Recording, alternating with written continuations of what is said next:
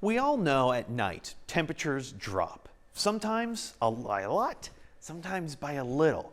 What exactly causes those differentiations? That is where the term radiational cooling comes into play. This is a lot to read, so I'll just read it out loud for you guys. Radiational cooling is the process where the Earth's surface cools at night by radiating heat into space. Okay, makes sense. This results in a net heat loss. Okay, cooler temperatures. The cooling is more pronounced with clear skies, light winds, and the clouds act like a blanket, trapping heat and increasing wind can actually mix up the atmosphere, preventing rapid cooling. Let me actually show you this as a better example. You have solar radiation heats up the ground during the daytime. When you don't have a lot of cloud cover, we tend to warm up pretty quickly, easily into those 80s, 90s, triple digits. At night, sun goes down, all of that heat is trying to escape into space.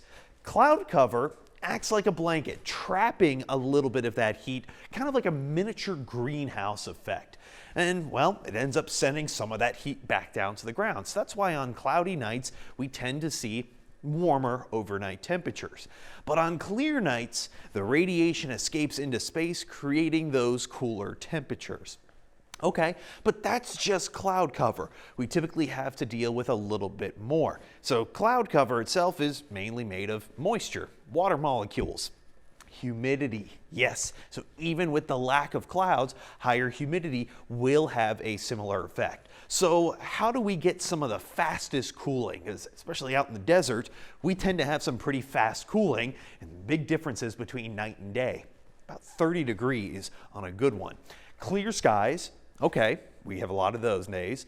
Dry air, we're very familiar with that. And some of those light winds. Winds are always going to play a big influence on the area, but hopefully now you know just a little bit more as to how much cooler temperatures can get given the right conditions.